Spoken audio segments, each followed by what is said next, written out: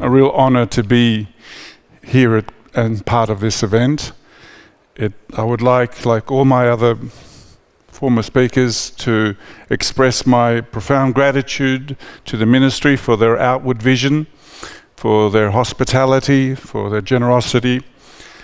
And I also would like to thank the organizers, Anais and Reem, for their support, for helping bring me here. The theme of time is very important, and I'd like to approach it in two ways, like I did yesterday. One, in the epochal sense of time. Maybe we live in interesting times, maybe try to understand the epoch and the way this time is operating. But second, I wanted then, in the second part of my talk, think about how time is operationalized, how it contracts, expands, how it's elongated, how it's cut, fragmented and reshaped, and how we can zoom in and out to form new forms of understanding. But like the introduction said, my focus is on the relationship between cosmopolitanism and our global times. In the early 1990s, the idea of globalization became a very popular buzzword. And it became a buzzword that seemed to reignite the thinking around cosmopolitanism, that somehow the forces of globalization would help enact the values of cosmopolitanism. In one of the most optimistic, but not naive, he was accurate for his description of his society. He might not have been able to predict the consequences in the political and media spheres, but one of the most optimistic visions of this process of cosmopolitanization was the German sociologist Ulrich Beck.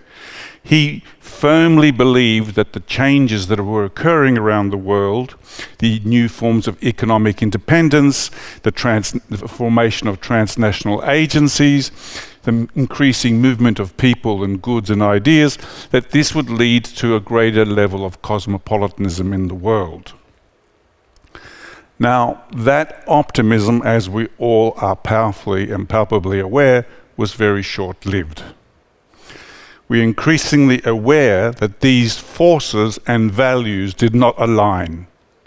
The tracks along which globalization has moved and the values from which cosmopolitanism has been drawn from for millennia did not come together.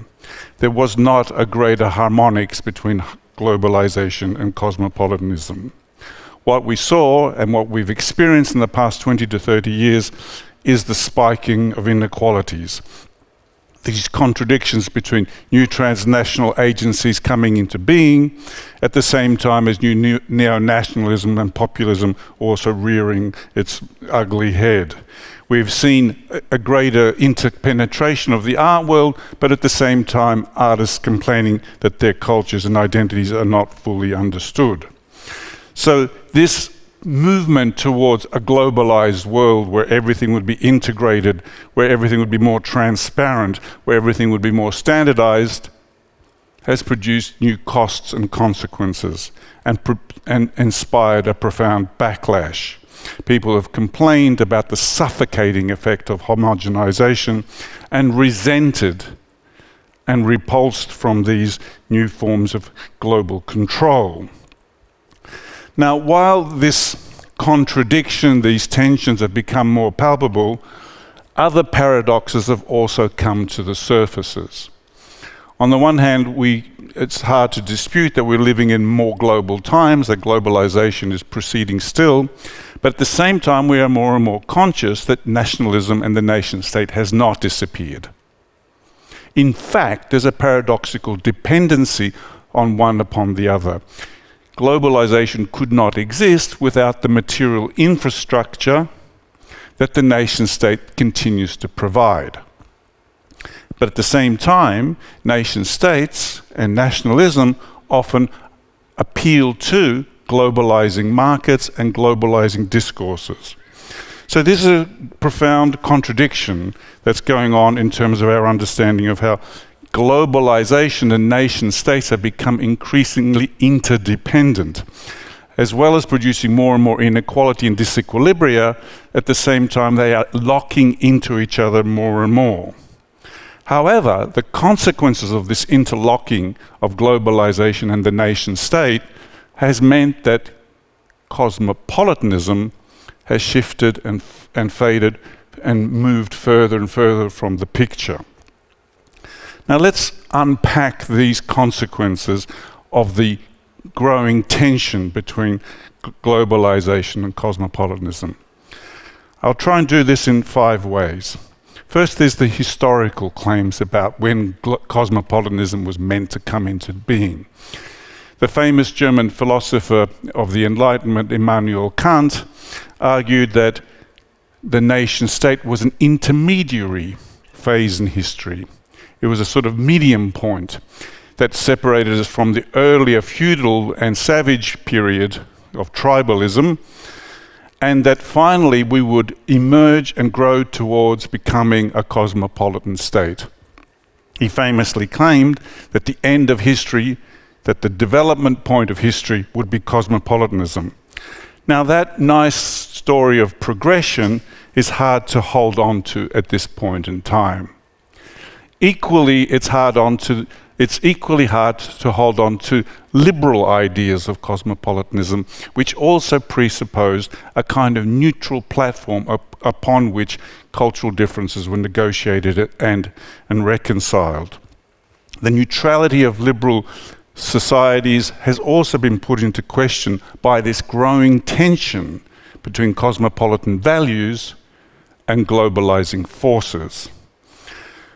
And as this tension comes more and more to public consciousness, there is a more and more profound political backlash against these cosmopolitan values. Neo-nationalists are increasingly populist in their claims that cosmopolitan ideas are hollow, they're empty, they're useless, they're not attainable. And at best, liberals say, well, you know, we should hold on to some cosmopolitan values, but keep them within certain parameters which the nation-state can guard and protect and hold on to. Now, we also see that these tensions between the political, the historical, are often based on an assumption, an anthropological assumption of what it means to be human. Now, the German philosopher who I began referencing, and who'll be peppered all the way throughout this talk, Immanuel Kant, because he's the most influential philosopher on cosmopolitanism in the modern era, he actually took the very strong view that humans were by definition in their nature nasty, like other philosophers of his time, nasty, brutal and competitive, and what he called asocial, social. Like we came together, but we came together in order to almost kill each other, and if we didn't have some moral order, we would kill each other. But our primary tendency is towards violence and conflict and competition with each other.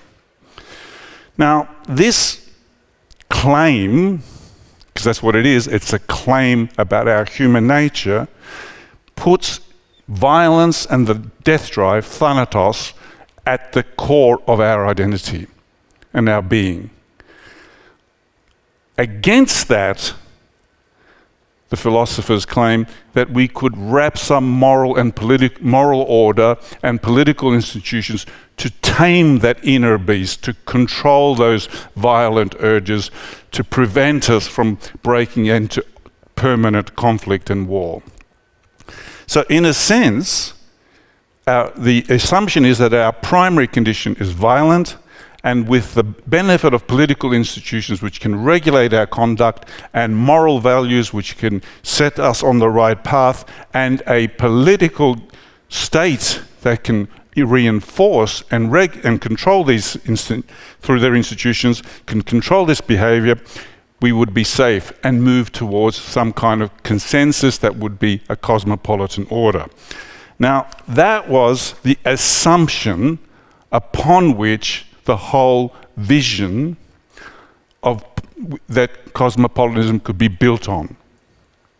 It assumed that because we are by definition a nasty, brutal and competitive and conflictual order in our being, in our identity, that we needed this moral and political structure to control us and contain us.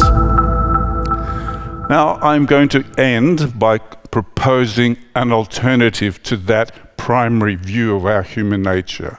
I'm going to say that at best that's a sclerotic, partial, and incomplete version of what it is to be human. And it presupposes a hierarchy that's untenable. Because of course, there's an abundance of history of evidence to show that this violence is there. But there is equally an important dimension that should also be recognized as primary, which is what, not the thanatos drive, but the eros, the capacity for care, curiosity, and compassion, and wonder and creativity. Now, the Greeks, the ancient Greeks, this is where now I'm switching into a different sense of time, a cosmological sense of time, which puts the cosmos back into cosmopolitanism. Not just the polis part, which is the political, the normative. The cosmos part is the aesthetic, the sensory, and the cosmological. Because in the ancient Greek definition of cosmos, cosmos refers to this ether that separated the earth from the infinite universe. And it's in that ether is where creation and logos was located. And our attunement to that cosmos is what gave us the capacity to be creative and to bring truth into the world. Now, of course, this rather phantasmagoric and fabulous conception of creation is far from popular these days, but I don't think it's totally to be dismissed and ignored. Because what it suggests is that if we have a polis without a version of the cosmos, it's an empty and sterile version of social order. And similarly, a version of the cosmos without it being grounded in the polis is itself just a pious and empty and hollow vision. So I want us to reinscribe that thinking of the eros and its capacity for care, creation, and compassion alongside this more conventional idea of thanatos as being primary in our human nature. Because when we ask artists, and this is one thing the philosophers never do, neither Kant nor his more contemporary figures like Jürgen Habermas and Jacques Derrida, who are the two most prominent contemporary thinkers of cosmopolitanism, when they reflect on the formations and dynamics of cosmopolitanism, will reinscribe the political order, the normative features, in order to strengthen the institutions like the UN, the EU, etc. But they never consider the aesthetic claims made by artists and how those aesthetic claims are also cosmological and cosmopolitan.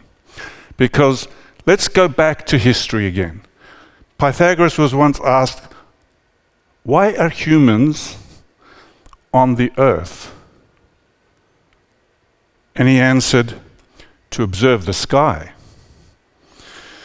The Shitao, the Buddhist monk and painter, reflected on the work of art by saying, of course it's done by the hand, but the origin is celestial.